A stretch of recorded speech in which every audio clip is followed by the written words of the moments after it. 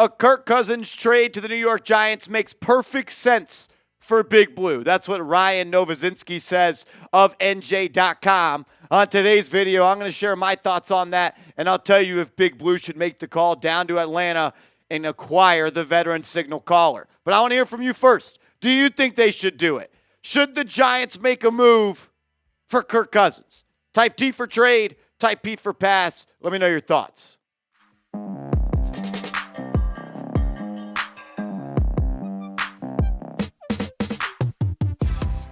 You're watching Giants Now by Chat Sports. I am your host, Marshall Green. Appreciate everybody for stopping by. We're going to react to all the rumors out there that the New York Giants should go out and trade for Kirk Cousins. All you got to do, just go to Google, type in Kirk Cousins Giants, and you'll get a long list of links where other media sites have talked about the New York Giants should go out and do it. On today's show, we're going to react to this NJ.com article from Ryan Novozinsky where he tries to say it makes perfect sense for both sides. Here is that full quote saying it does make sense for both sides. The Giants would land a rock-solid veteran that they could ditch after a year if he doesn't pan out to help them win games now and ease the transition of the rookie quarterback. Acquiring Cousins would also allow the Giants to punt on the QB question to day 2 or to the 2026 NFL draft if they aren't crazy about the 2025 first-round QB crop.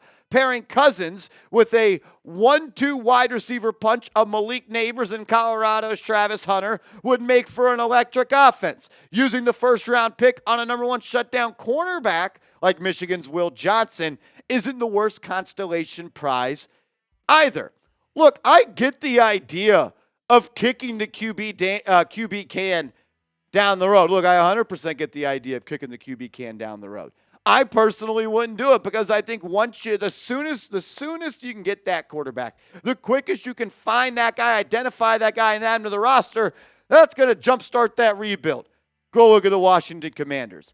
The Giants also could benefit from continuing to build out this roster, continuing to establish a stronger foundation so when that rookie quarterback does come along, they have a softer landing and a more beneficial spot to grow in their career.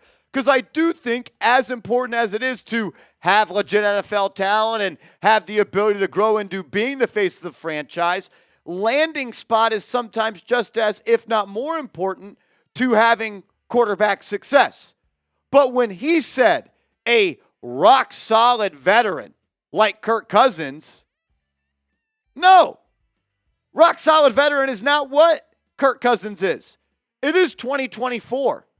1 month left of 2024. It's not 2022 anymore. It's not 2021 anymore. Kirk Cousins is having a horrible year with the Atlanta Falcons. And he is coming off a major injury in a torn Achilles, and he didn't even look healthy at the start of the year. So you would have thought as the year went on, he would get more healthy, he'd get more comfortable, and results would follow. So far this year, 17 touchdowns and 13 interceptions. Not good. Completing 67% of his passes solid. Thrown for over 3,000 yards. I can rock with that. But over the last couple of weeks, as he should have been elevating and peaking and starting to play better, he's actually playing worse. In weeks 10 to 13, he has been horrible. 62.5% completion percentage. Awful. 0 touchdowns. 6 interceptions. He is not the player that we once thought he was. And Kirk Cousins, so far this year, has put the ball in harm's way time and time again. He has a turnover-worthy play percentage of 4.6 with a big-time throw percentage at 2.3. Those numbers should be flipped. You should be making more big-time throws and making big-time plays than you are putting the ball in harm's way. You should not have a turnover-worthy play percentage this high when you are only pushing the ball downfield on average 8 yards per throw, which is the 29th highest in the NFL. You have just 10 big-time throws this year. Look, his arm is shot. He can't move. And because of it, he's questioning himself, and he's putting the ball in harm's way way too often. Look, this isn't the guy that we last saw in Minnesota last year. or the guy that we saw over the prior 4 years where he had the Vikings humming at the top of the league, where Justin Jefferson became the best receiver in the NFL. This isn't that guy anymore. This is someone who has Father Time tapping on their shoulder. Kirk Cousins is out of his prime, and he is into the decline of his career. I understand anyone that says, I want to get a bridge quarterback. I understand anyone that thinks that this team needs to continue to build the roster. But how can it be Kirk Cousins as he is declining, and he also has a massive contract that would cripple the cap for the New York Football Giants? If the Giants trade for Kirk Cousins, they owe him $27.5 million in 2025. He also has a signing bonus that they would owe, but most likely the Atlanta Falcons would say, we will pay that in a trade. If he's on the roster in 2026, he has $10 million guaranteed with a roster bonus, as he does in 2027, but he would be owed $90 million in 2026 and 2027, so $45 million in both those years. You could technically cut him after 1 year, but I don't want to look at it like that. I don't want to look at it like, oh, we can make this move, and if it stinks, we move out of it after year 1. No, I want to make the move because I think he's good. And I don't think that he is a good quarterback anymore. I don't mind the idea of doing it. I don't mind kicking the QB can down the road, building up the roster, adding more playmakers, building the offensive line, making sure the right head coach and the right GM are in the spot to select the right quarterback. But I'm not kicking the can down the road for 1 year at $27.5 million to Kirk Cousins, who can't succeed with the Atlanta Falcons, who has Drake London, Kyle Pitts, and Bijan Robinson, Darnell Mooney, Algier, and a solid offensive line. And a good play caller. He's going to come here and do what? I am not interested at all in Kirk Cousins. We'll talk more about QB options in a second, but it is going to be a juicy offseason for the New York Giants. Maybe a new head coach, maybe a new general manager, maybe the number 1 overall pick, $60+ million in cap space. And we're going to keep you covered here on Giants Now by Chat Sports, better than any other YouTube channel. So if you love the Giants and you want free videos, multiple free videos every day this offseason, subscribe so you never miss a thing. Coming up next, we're going to quickly go through 5 bridge QB options. Yes, Kirk Cousins is one.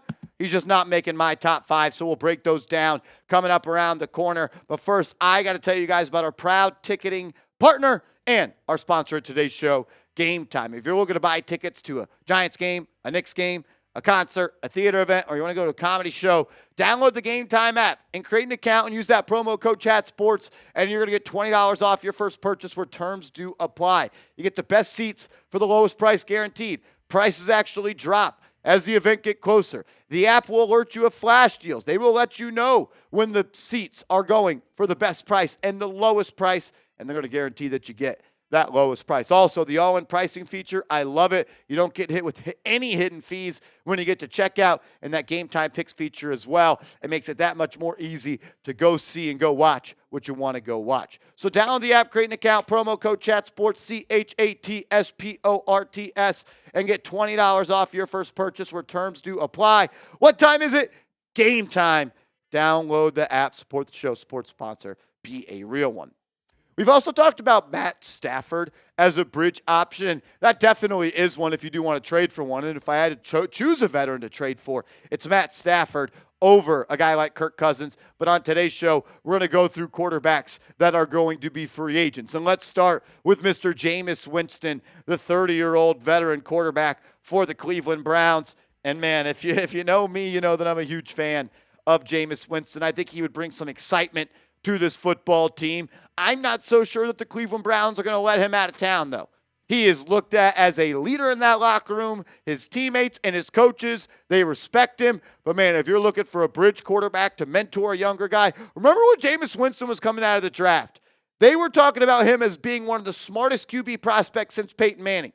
And he's had some ups and he's had some downs, and he's had to go through every area as a quarterback to stay in this league. I don't hate the idea of him mentoring a younger guy like Cam Ward or Shedeur Sanders. Because remember, you're going to have to sign a quarterback in free agency before you go to the draft, because it's free agency, then the draft. I seriously doubt the Giants will enter the draft with just Tommy DeVito on the roster. So Winston, definitely an option, and I would be cool with that. For the right amount of money. Another player I would be fine with going out and signing in free agency to be that bridge quarterback for Big Blue is Justin Fields. Look, you could have had Justin Fields for a 6th-round pick this offseason, and you should have did that. Absolutely. He went out there and he won football games for Pittsburgh. They were 4-2 in those ball games. And I think you can have an identity and build a winning-ish football team with Justin Fields. Hard-nosed, we're going to run the football, and we're going to take shots downfield. You can create a somewhat successful formula quickly around Justin Fields. And maybe, if he works with Brian Daboll, if you keep him, he can find some upside and work with him and improve him. I think he's probably one of the better options. I think he also could make a decent-sized bag in free agency. Definitely someone to keep your eyes on, and he's on my short list. If you want to go to the veteran route of a guy that maybe you just want to be in the building to mentor a young guy, especially if you hire a guy like Bill Belichick, what about Jacoby Brissett? He was the bridge quarterback this year for Drake May. He knows who he is in this part of his career. He knows what he's got to do to stay relevant and stay in this league.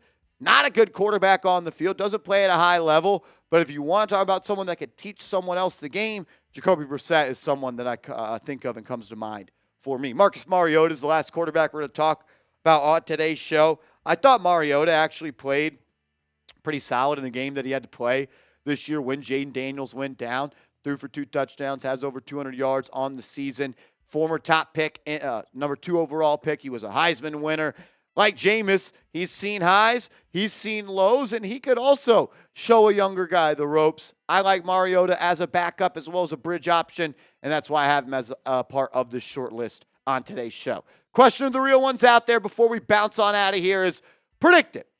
Who will take the first snap at quarterback for the Giants in the 2025 NFL season? Give me a name down in the comments section. We'll see who's right coming up in about 8 months or so. Make sure you are following me on social media, Twitter, Instagram, @MarshallGreen_. Hit me up, and let's go Big Blue.